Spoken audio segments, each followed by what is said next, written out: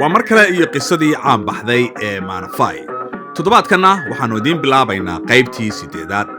Marka aan idinku wareejiyo qoraaga sheekada Maxamed Daahir Afrax.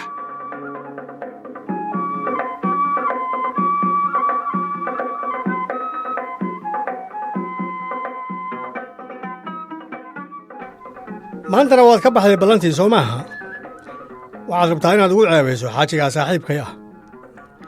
jaamac dhagay baa wiilkiisa ku huruufay kadib markay Sahra Yuusuf salaantii dhammaysay cambarana ag fadhiisatay.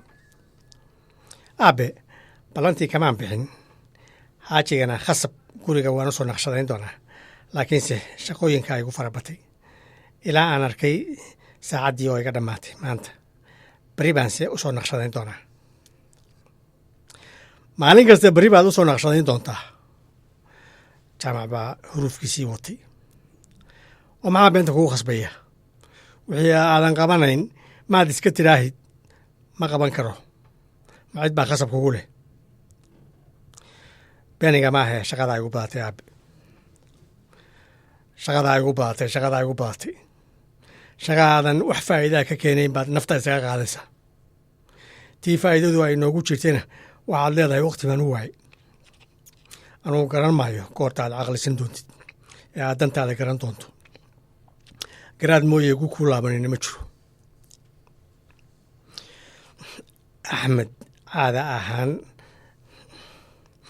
axmed caada uma ahayn inuu aabbihii la doodo ama hadal ku celiyo. markuu yaraa iyo intuu ardayga ahaaba kuma uu dhici jirin inuu erey ka daba yidhaahdo. xataa hadduu yidhaahdo badda ku dhac wuxuu iska dhigi jiray sidii wax amarkii qaatay. marka dambe wuxuu doonaba ha yeele. laakiinse intii uu dibadda ka soo noqday ee uu shaqada bilaabay isku kalsooni baa gashay. odayguna canaantii kululayd iyo caydii wuu ka daayey. wuxuu bilaabay inuu sidii nin weyn u qadariyo. asaguna wuxuu qudhiisu bilaabay inuu aabbihii la sheekaysto. welibana mararka qaarkood uu isku dayo inuu wax odagu uu si u arko asagu si kale u tuso, laakiinse inta badan kuma guulaysto inuu odaga qanciyo. waxay kala taagan yihiin laba gees oo aan isu iman karin. waxay ka kala tirsan yihiin laba adduun oo aad u kala fog xagga da'da iyo xagga fakarkaba. odagu inkastuu magaalo ku ilmo dhalay muddo badanna ku noolaa, haddana maskaxdiisu weli waa tii xoola dhaqatada. carruurtiisu waxyaalaha ay ku fakeraan iyo siyaalaha ay u dhaqmaan aad buu la yaabaa. markuu wax kasta isku dayo haddana uu beddeli kari waayo habka ay u fakerayaan, ayuu intuu dhafuurada qabsado hoos u yidhaahdaa, waa adduunya gaddoon, waa dhal aakhiru sabaan. axmedna dhankiisa waa og yahay inuusan aabbihii maskaxdiisa beddeli karin, waxna ka dhaadhicin karin. hase yeeshee arrintan uu galabta ku canaananayo horay ayuu odagu uga badbadiyey. isaguna madaxa unbuu u ruxo jiray isagoo ka cararaya inuu aabbihii la doodo. ha yeeshee galabtaas wuxuu is yidhi, bal hadda isku day inaad aabbe ra'yigaaga u qeexdo. isagoo hoos fiirinaya ayuu yidhi, laakiin aabbe, intaan shaqadii qaranka ee xilkeedu isaaraa dayaco miyaa nin gurigii soo naqshadayn karaya? jaamac intuu si kadis ah u eegay ee indhaha galka uga bixiyey ayuu yidhi, waan garanayay inaad awalba aniga beenbeen igu maaweelinayso. waa fahmay inayan kaa hor caddayn inaad ninkaas odayga ah gacan siisid. shaqada qaranka waa kaas caqligiisu. intuu codkii kor u sii dallaacay ayuu sii raaciyey, maxaad faa'iido ka keentay shaqada qaranka? 1 sano iyo dheeraad baad sii ordaysay. mushaarka xunoo aad qaadataana xataa adiga baahidaada ma kafeeyo. cid kale iska dhaafe. caawa wixii aan ku soo tiiliya tacabeelay. maantaan kaala ahay nin saaxiibkay ah oo aanan annagu waddanaheenna uga maarmin gacansii. aabe, xaajiga gacansiintiisa ma diidani, aabe xaajiga gacansiintiisa maan diidani laakiin waa markaan waajibkayga guto kadib mushaarka xaggee la iiga badinayaa haddii aan dayaco shaqadii miraheeda lacagtu ka dhalan lahayd dal aan shaqo adag laga qaban ee lacag laga soo saarin miyay suurtoobaysaa in keligay mushaar badan la iga siiyo bal eeg waxau ku hadlayo jaamac dhegey isagoo aamusan buu xanaaq la karkaray wuxuu u haleelay inuu wiilkiisa dharbaaxo wuxuu u haleelay inuu wiilkiisa dharbaaxo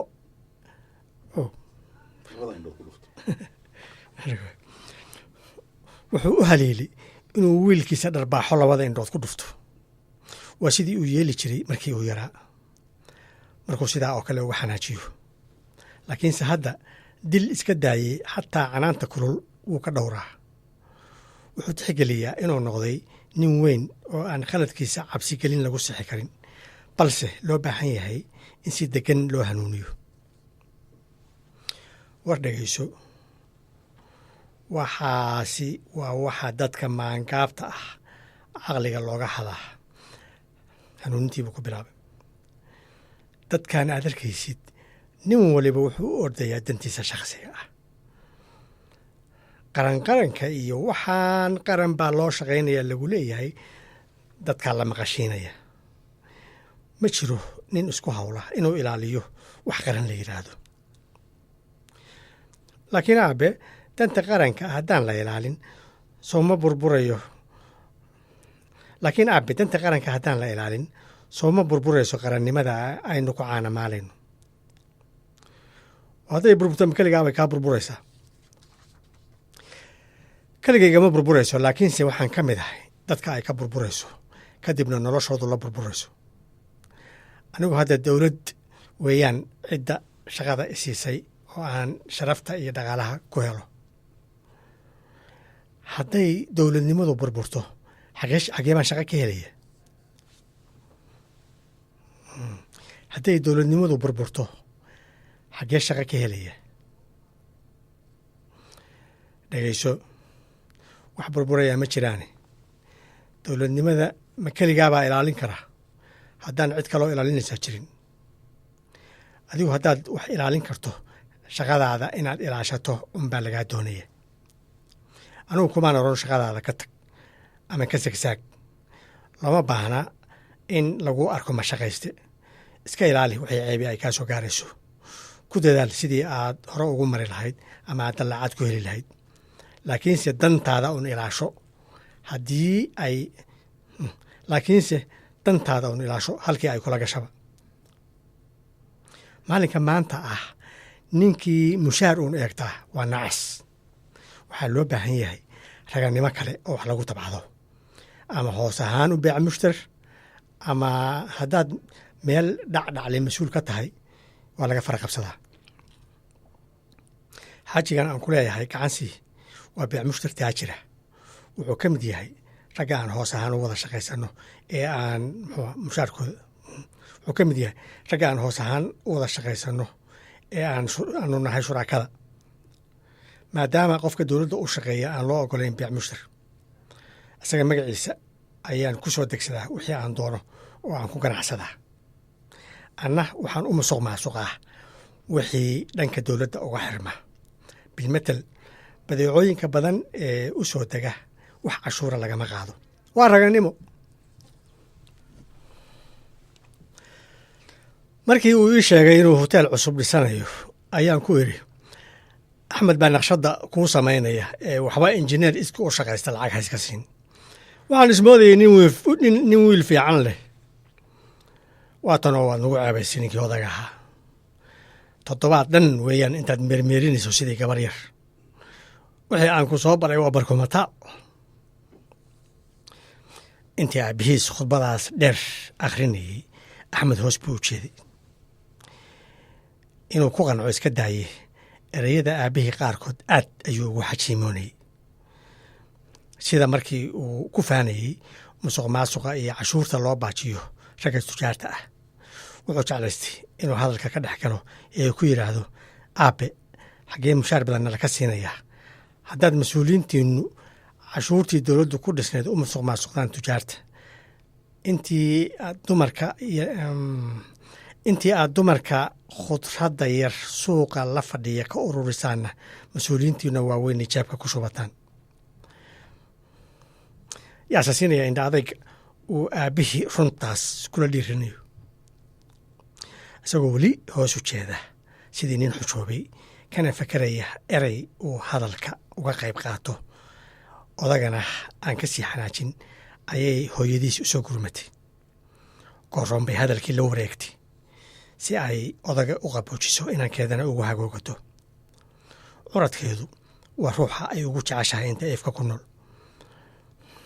dhaliil yar oo loo jeedinayo marka ay maqasho way ka gubataa waxay u difaacdaa si indhala cod raxmadii ka buuxdo ayay ku tiri insha allah berrito ayuu axmed soo naqshaya hoteelka xaajiga soo sidaa maaha hooyo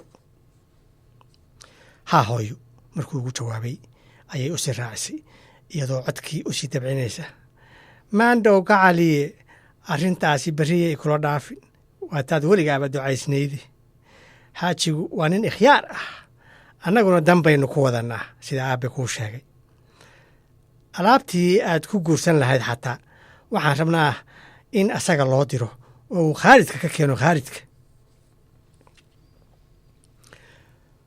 guur miyuu u jeedaa waa nin wax kale u cad yihiin annaga un baa la daba joogne asaga kamaba hor cadda jaamac baa wiilkiisa ku dhaga hadlay cambaroo arrintaasi walwal weyn ku haysay ayaa halkaa kala booday waxay xasuusatay mararkii badnaa ee ay axmed ku gubaabisay inuu guursado asna uu u dhaafi waayey iyo rakaadiya warmaandhow maxaa guurka kaa dharbaaxay ayay kor u tiri cod soo xoogaysanaya cawdi bilaahi wiilka guurkiibaa habise laga saaray alla u habise jirna hana saarin shaqa iyo akhrisun baa laga daba riday oo uu naftii ilaahay isaga qaaday waa mar uu shaqo ku sii ordayo iyo maruu buug dhagta haysto waxa kani waa il baan u malaynayaa waxaan ka baqayaa inay wiilka ilaaceeyeen naagihii baasoo lalahaa waa daba ordayaan sheekh maxamuud maalin dhaweed waxaan ku idhi wiilka qardhaasi ugo sidaan kuma fayoobe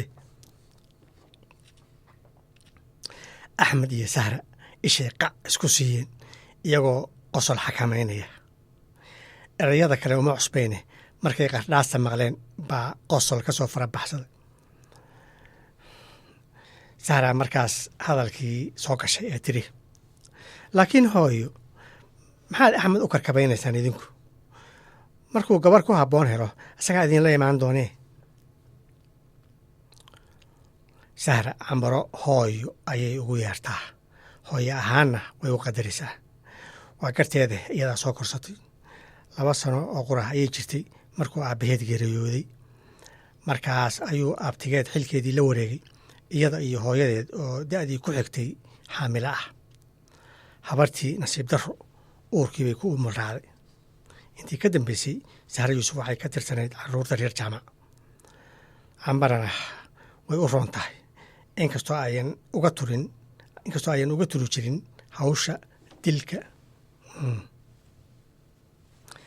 cambarana aad bay ugu roonayd inkastoo ayan uga turi jirin hawsha dilka iyo canaantaba siiba marka uu abtigeed maqan yahay markay guursatay haddana muddo gaaban kadib ninkii kala tageen waxay door biday in ay gaar ahaanteeda u deganaato maadaama ay noqotay qof weyn oo shaqaysata oo macallimada jaamac oo sahra warkeedii xiganaya ayaa yidhi oo goormuu soo helayaa gabadha ku habboon ma mid hadda kadib dhalan doontaa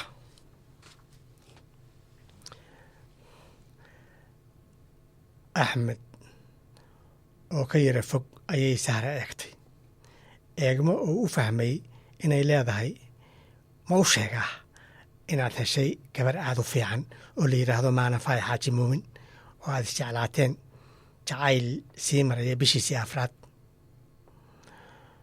waxay wejigiisa ka akhrisatay dhambaal micnihiisu yahay maya. odaygii oo canaantiisii badnayd sii wata ayaa markaa yidhi, xaggee buu ka helayaa gabadha ka wanaagsan tii uu igu diiday ee aan idhi anigaa waalidkeed ku weydiinaya waxaa laala wixii ay doonaanna siinaya. waxaan u soo helay gabarh ehlu sharaf ah oo abkeed iyo isirkeed la yaqaan, warwareeg iyo basar xuman aan aqoon ee gurigooda ku eg.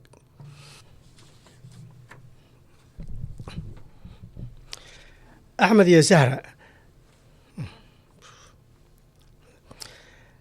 iyo sahra mar kale isdhugteen.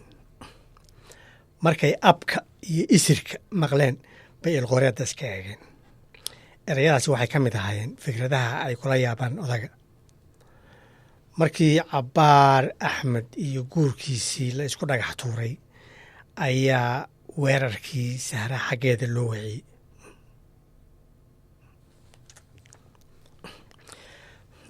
markii cabbaar axmed iyo guurkiisa la isku dhagax tuuray ayaa weerarkii sahra xaggeeda loo weeciyey. axmedna neeftii lagu celiyey ka soo bood. cambaraa riidadii ugu horreysay sahra ku qaaday ee tiri, sahra adiga ku dhahdo farxaddii waad nagala raagtay. arrintunu miyaanay mid dhammaata ahayn adiga iyo cabdinaasir? iyaga qudhoodu waxba iskuma hayaan. jaamac baa u raaciyey isagoo si dadban sahra war uga doonaya. haddii aanan aabbihii aqoon ee aanan ciddooda saaxiib ahayn, mar horaan ka aamin bixi lahaa wiilkaas bulucsan oo yaraanta ku xayroobay. wiil yaraanta ku cayiraan banacaye. annaga arrinta iyadu way iska dhowdhowdahay. sahra jawaabtaas kooban celisay iyadoo ka baxsanaysa in su'aalo kale lasii wadwado. laakiinse sidaa kuma baxsateene waxaa badbaadiyey cawaale oo intuu iridka soo karkaraacay hore ka soo galay, isagoo sidiisii qosolka iyo kaftanku ka soo horreeyaan. markuu dadkii meesha fadhiyey qof kaftan ugu salaamay, cambarana carruurtii iyo xaaskii ka waraysatay, ayuu hore u sii raacay jaamac oo u sii horkacay saalootadii fadhiga. 12 daqiiqo kadib ayay soo wada baxeen, isaga iyo jaamac oo isa soo dhisay barafuun qaali ahina ka soo carfayo. baabuurkii cagaaraa ee cawaale bannaanka soo dhigtay ayaa lala caraabay. cambarana niyadda ayay iska tiri. cambarana niyad sami bay ku sii sagootiday iyadoo niyadda ka leh, dowladdu shirar badan ah odayga naftii bay u keeneen. allo qofaan wax xogeenha cadaabi.